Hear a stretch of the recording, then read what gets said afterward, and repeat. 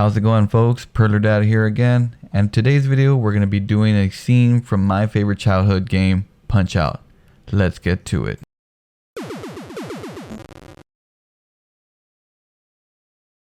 I'm wondering if anyone's gonna catch on to the intro that I just had right now. Originally that was on the Punch-Out game, where the glove would punch through the screen.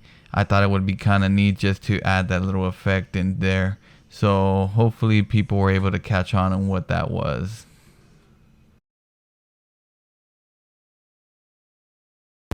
Now, as I said at the beginning of the video that I wanted to do a scene from Punch-Out, which involves Little Mac doing the power punch, which is this little reference right here. Obviously, if you're not quite familiar with Punch-Out, Little Mac is the main character to the game. He's going to be punching Bald Bull, who you'll actually see later on in the video. And basically what I want to do is kind of like this statue, what I did with my Sailor Moon project. Now, if you're not familiar with that, I'll leave a link at the top of the video so you can go back and watch it and see what I mean. But basically what I want to do is create this little 3D piece and put them together and have them performing the actual scene where Little Mac is punching Bald Bull.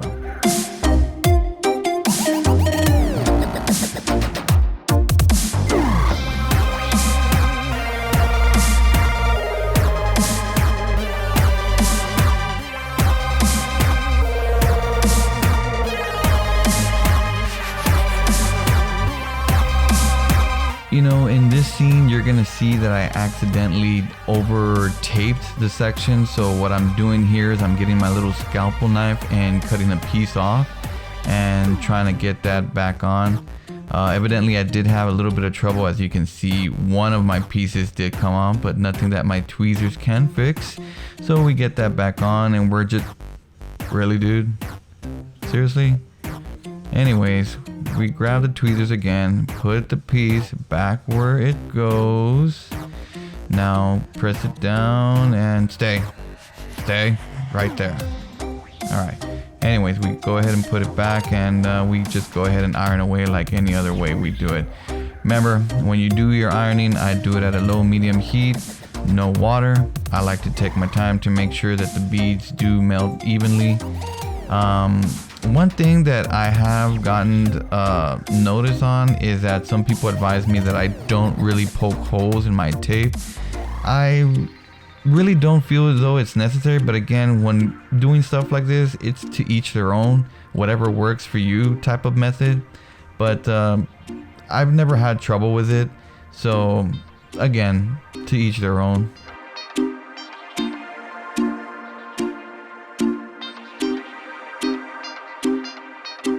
Now here we're going to be working with Bald Bull, who is one of the actual champions in this game, and this is the reference that we're going to be using to create him.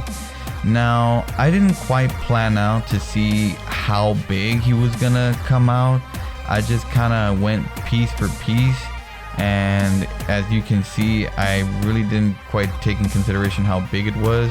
Oh yeah, I kind of ran out of the clear boards right now because they were being used for another project, so I went ahead and used the yellow for right now. But yeah, I mean, I didn't really quite anticipate how big it was gonna be. I just kept, purling on, and next thing you know, before I knew it, it just turned out to be almost the size of my desk. And I said, you know what? Oh well, keep going, and it's gonna be a big piece. But yeah, you'll kind of see how, kind of big he comes out at the end.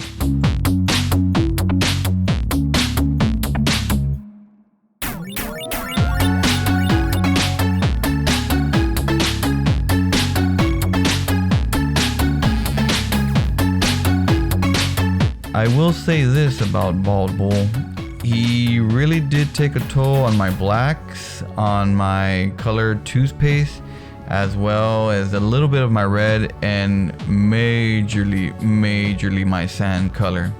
Now, originally I wanted to do the tan color, but unfortunately I did not have enough. In the process of before I started, I kind of calculated how much tan it was going to take to cover him, and at the end it just didn't seem like I was gonna have enough, so I had to abandon that color and go with the sand color, because that's the one color I did have the most of. Well, not until the end when I ran out of it, but he should have been a much darker color. He still came out looking alright, but I felt as though he needed to be more of a tan color instead of this light color. But yeah, I took a toll on my colors on this project with the sand color and with the red color. So yeah, but don't worry, I ordered already some more, so I should be having some delivered for me for my next project.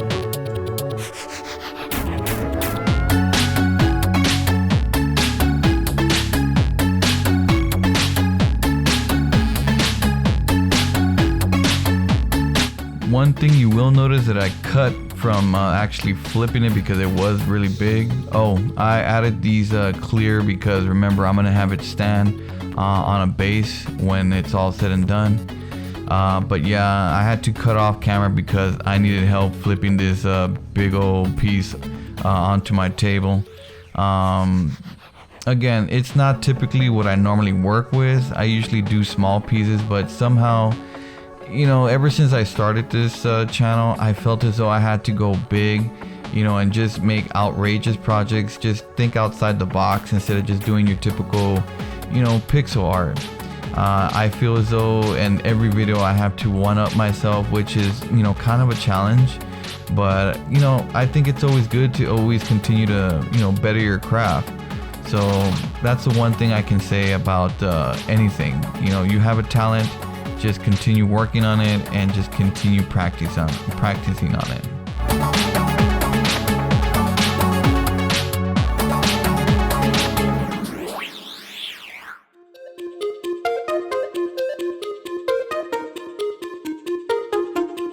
Now here we're going to be working with the glove, which is going to be the base of the actual project. And you've kind of already seen the finished product in the beginning of the video. This is a reference that we're going to be using to make the actual glove. But again, at the very beginning of the video, you kind of already saw a sneak peek of what it looks like. But again, this is what the characters are going to be standing on. Well, more like Bald Bull. Bald Bull is going to be the one mainly standing on this because Little Mac is going to be in the air punching him. So basically, I'm gonna have to support this piece with some little dowels, wooden dowels, and also some toothpicks. But you'll see that more a little bit towards the end of the video of what I mean, and we'll assemble it, and I'll kind of like talk you through it of what I'm actually doing.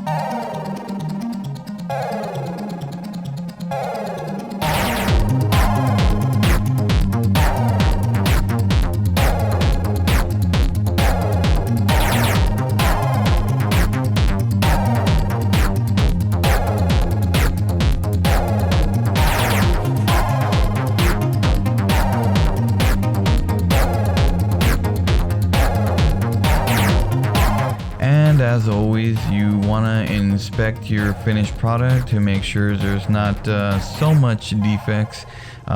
You are going to have some sort of beads that are going to melt, you know, improperly, but that's just the nature of the beast. Mainly you just want to make sure that everything did even out properly. And oh yeah, this is what I mean by this big old guy. But make sure that everything did iron properly and that you make sure that there's no imperfections. Well, that much. Oh, I did have to add in a little bit more extra clear after I was done ironing it, or when he was done cooling. I kind of noticed when I had to sand him up that I needed to add a little bit more clear. And if you notice, I've kind of already opened up these sections where they're going to be standing, and that's where I'm actually going to place the piece. and these are the toothpicks that we're going to be using.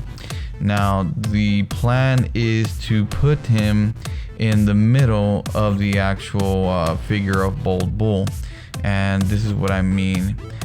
Basically what I'm gonna do is I'm gonna insert these toothpicks in the middle of the piece. Now don't worry, I am gonna cut the tips off to kind of hide them, but that's the goal of what we're gonna do. Now we are gonna have to use some wooden dowels, which are gonna be kind of like little skewers, which are these little bad boys. Now they can be like barbecue skewers like you find in the kitchen supply section, or they can kind of be like these arts and crafts sticks that I kind of find at Walmart. Now I kind of run it through my little sharpener just to get the pointy end because they don't have the pointy end, but either or, it will work fine. They're very inexpensive. They're like about 50-60 cents, but what I'm going to be doing is kind of adding the support of putting it in the leg area, connecting it to the base, just kind of, you know, make sure that everything lines up. And we're going to be using our trusty hot glue gun to do that. But again, before you glue anything or set up anything, you always want to do a pre-setup of things. Now going forward, we're gonna do a little bit of a different camera angle because since this is a big piece, I typically normally do my recordings on the overhead, but we're gonna have to do this from the side. So basically we're also going to be using these little stubbies that you kind of use on I guess little pieces of furniture, or if not your lamp, just to kind of give it some sort of cushion. I don't know, I mean, they kind of work well on pieces like this. And again, you always want to see where you're gonna place them before you glue them, because you don't want to have glue and then start gluing them and then figure out you did it wrong. So always just kind of do like a pre-placement of where it's gonna go.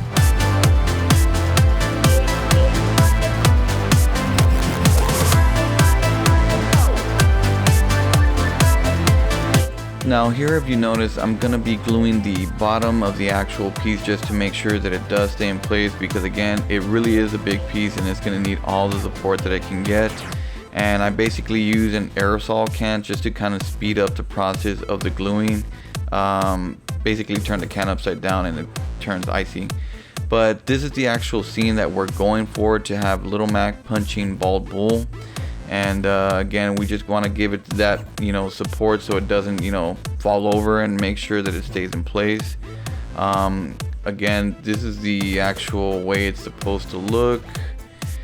I know you can see the sticks through the light, but it's going to be in an area where you're really not going to see it. But there you go. This is kind of like a little small preview of what it's supposed to be while it's standing. And so far I like the way how it's coming out. And just to kind of give you a better angle of what it looks like, let's just kind of raise it up just a bit. That looks sweet. You have no idea how awesome it looks.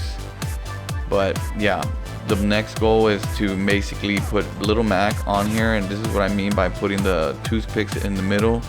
And then from there, we're just gonna go ahead and put them on Bald Bull.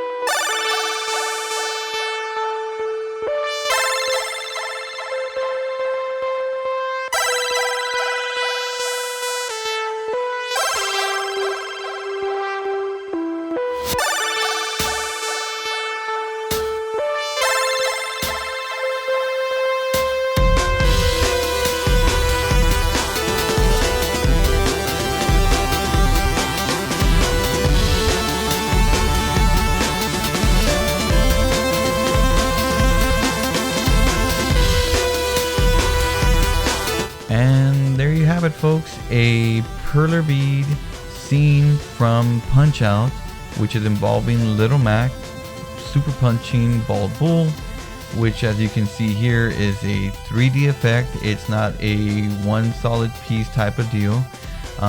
Basically, it's just something that I came up with and thought I should give it a shot and try doing. You know, the back may not look too pretty with all the glue and sticks, but oh well. For this kind of project, I think you do need a lot of support just to make sure it doesn't tip over. But then again, it's gonna go on the wall or in a corner, so no one's really gonna see it. But overall, I love it, and it looks fantastic. As always, don't forget to subscribe, hit the like button, and thanks for watching.